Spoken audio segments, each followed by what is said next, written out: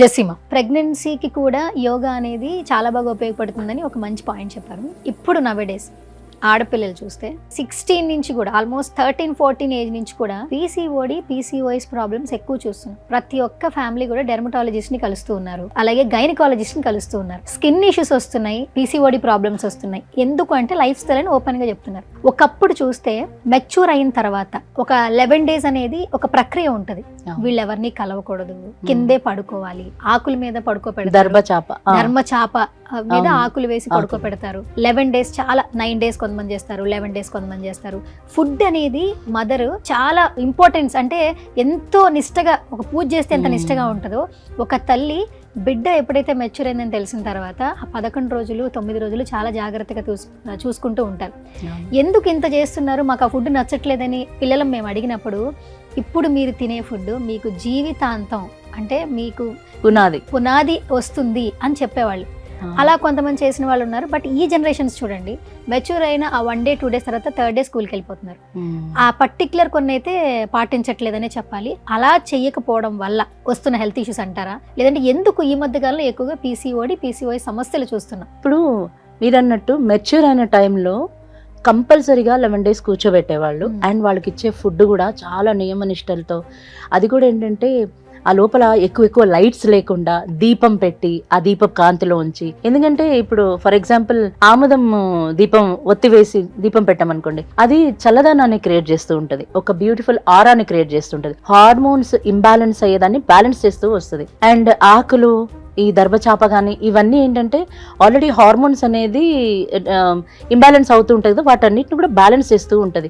అక్కడే పడుకోవాలి, ఏదంటే అది టచ్ చేయకూడదు అన్నప్పుడు శరీరంలో ఒక మార్పు జరుగుతున్నప్పుడు మెంటల్ హెల్త్ లో కూడా ఒక మార్పు వస్తూ ఉంటుంది. ఆ టైంలో అలాంటి వాతావరణం కనుక క్రియేట్ చేయగలిగితే తనకి కరెక్ట్ గా అన్ని జరుగుతూ వస్తుంది. ఆహారం విషయంగా తీసుకొస్తే ఎవరు మసాలా ఫుడ్స్ పెట్టరు, సాత్వికమైన ఆహారాన్నే ఎక్కువ ఇచ్చేవాళ్ళు, నెయ్యి ఎక్కువ తినేలాగా చేస్తారు, కొబ్బరి కూడా ఎక్కువ తినమని చెప్తారు, ఇస్తూ ఉంటారు, బెల్లం ఇస్తూ ఉంటారు.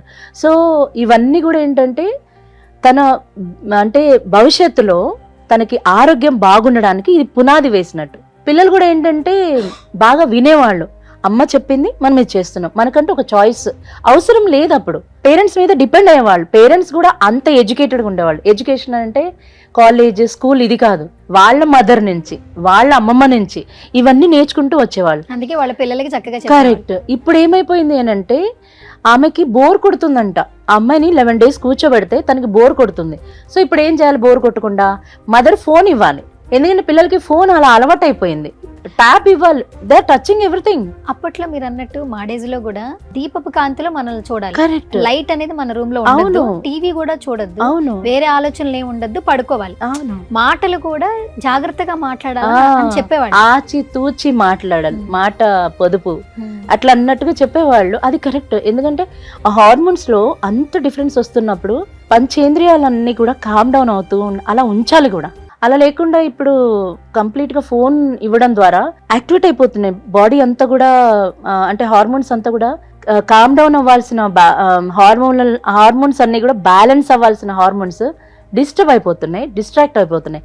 అందుకే చూడండి, వాళ్ళకి ఫోన్ ఇవ్వలేదు అనుకోండి, ఇరిటేషన్ వస్తుంది. ఆ ప్యూబర్టీ వచ్చిన దగ్గర పిల్లలకి చాలా ఇరిటేషన్, చాలా ఫ్రీడమ్ కావాలి అని, నాకు ఇప్పుడు బోర్ కొట్టేస్తుంది, నాకు నువ్వు ఫోన్ ఇవ్వాల్సిందే అని. ఆ ఫోన్ ఇవ్వడం కన్నా యాక్చువల్గా ఒక బుక్, పెన్సిల్, పెన్, క్రేయాన్స్ ఏమన్నా ఇస్తే, అంటే అవి అవసరం లేదు, కానీ ఆ పిల్లలు అంత, అంటే ఇప్పుడున్న ఫాస్ట్ యుగంలో పెరుగుతున్న పిల్లలు కాబట్టి వాళ్ళకి బోర్ కొడుతుంది అన్నప్పుడు అట్లీస్ట్ బుక్స్, ఏ కలర్ వేసి అట్లా ఇచ్చినా కూడా పర్వాలేదు. సో అందుకని ఏంటంటే అలాగనే చేయకపోతే పిల్లలకి హార్మోన్స్ ఇప్పుడు బ్యాలెన్స్ అవ్వకపోతే ఫ్యూచర్లో ఈ ప్రాబ్లమ్స్ అన్నీ స్టార్ట్ అవుతాయి. థైరాయిడ్ కానీ, పీసీఓడి, పీసీఓఎస్ ప్రాబ్లమ్స్ అన్నీ కూడా అక్కడ. అందుకే చాలామంది ఎవరికైతే ఈ పిల్లలు సరిగా పుట్టడం లేదు, పీసీఓఎస్ ఇలాంటి ప్రాబ్లమ్స్ ఉన్నాయో వాళ్ళని అడిగి చూస్తే, చిన్నప్పుడు నీ డైట్ ఎలా ఉంది అని అంటే, అమ్మ చాలాసార్లు నాకు ఇది తినాలా అది తినాలని చెప్పినా నేనే నాకు ఇష్టం లేక, నాకు టేస్ట్ లేక నేను సరిగా తినలేదు, ఇప్పుడు నాకు ఎఫెక్ట్ పడుతుంది అదని ఇప్పుడు రియలైజ్ అవుతున్నారు. ఇప్పుడు ఈ పీసీఓఎస్ పీసీఓడి సమస్యలతో ఎంతో మంది బాధపడుతున్నారు. మార్నింగ్ లేస్తే గైనకాలజిస్ట్ దగ్గర ఒక 10 to 15 మెంబర్స్ ఆడపిల్లలే ఉంటారు, టీనేజ్ లో ఉన్న వాళ్ళు, ఇంకా వాళ్ళకి అంత మ్యారేజ్ చేసుకునే సిచ్యువేషన్ లేని టైంలో ఉన్న వాళ్ళు కూడా అలా ఉన్నారు. సో ఈ సమస్యల నుంచి బయటపడాలంటే మీ యోగా ఎంత వరకు పనిచేస్తుంది? చాలా చాలా వరకు 100% అంటే ఆ హార్మోన్స్ ని మంచిగా రిలీజ్ చేస్తూ హార్మోన్స్ని బ్యాలెన్స్ చేయడానికి మాత్రం యోగాసనాస్ చాలా అంటే చాలా ఉత్తమంగా పనిచేస్తూ ఉంటాయి. కాకపోతే ఏంటంటే దానికి ఒక సిస్టమేటిక్గా కొన్ని యోగాసనాలు, థైరాయిడ్కి కొన్ని యోగాసనాస్ ఉంటాయి, ఈ పీసీఓడి ప్రాబ్లమ్స్కి కొన్ని యోగాసనాస్, బటర్ఫ్లై యోగాసనాస్ అని ఇలా చాలా యోగాసనాస్ ఉన్నాయి. కాకపోతే నేనేమంటానంటే ఒకేసారి అక్కడెక్కడో చూసి ఇక్కడెక్కడో చూసి 10 యోగాసనాలు ఒకేసారి చేయొద్దు. ఎప్పుడైనా సరే ఇలాంటి ప్రాబ్లమ్స్ ఉన్నప్పుడు సర్టిఫైడ్ యోగా గురువు అని చెప్తాం. మామూలుగా ఎక్కడో చూసి కాపీ చేసి కొంతమంది నాకు కూడా యోగా వచ్చు నేను కూడా చెప్తాను రండి అంటారు. అలాంటి వాళ్ళు వద్దు. ఈ సర్టిఫైడ్ నేను ఎందుకు అంటున్నామంటే వాళ్ళు ఒక గురువు దగ్గరికి వెళ్ళి సిస్టమేటిక్గా నేర్చుకుంటూ, ఊరికే నేర్చుకుని వస్తే కాదు, మళ్ళీ అప్డేట్ చేసుకుంటూ ఉంటారు వాళ్ళ నాలెడ్జ్ని. కనీసం 6 నెలలకు ఒకసారి వెళ్ళి మళ్ళీ ఆ సర్టిఫికేషన్ని అప్డేట్ చేసుకుంటూ ఉండాలి. సో ఇలా ఉన్న వాళ్ళ దగ్గరికి వెళ్తే మాత్రం ఆ ప్రాబ్లమ్స్ అన్నీ తొందరగా క్లియర్ అయిపోతాయి, వాళ్ళకి బాధపడే అవసరం లేదు. కాకపోతే ఇక్కడ ఏంటంటే పీసీఓడి పీసీఓఎస్ అనేవి చిటికేసినంత ఈజీగా అప్పటికప్పుడు అయిపోవాలి అనేది మాత్రం ఎక్స్పెక్ట్ చేయదు. ఒక్కొక్కరు బాడీ తీరుని బట్టి కొంత టైంని తీసుకుంటూ ఉంటాయి. ఆ బాడీని నమ్మాలి, ఆ ట్రీట్మెంట్ని నమ్మాలి, ఆ యోగాసనాస్ని నమ్మి అది కన్నా ప్రాక్టీస్ చేయగలిగితే తక్కువలో తక్కువ ఒక 4 to 6 monthsలో అన్నీ క్లియర్ అవుతూ వస్తుంది. Okay, super. Thank you ma'am, thank you so much.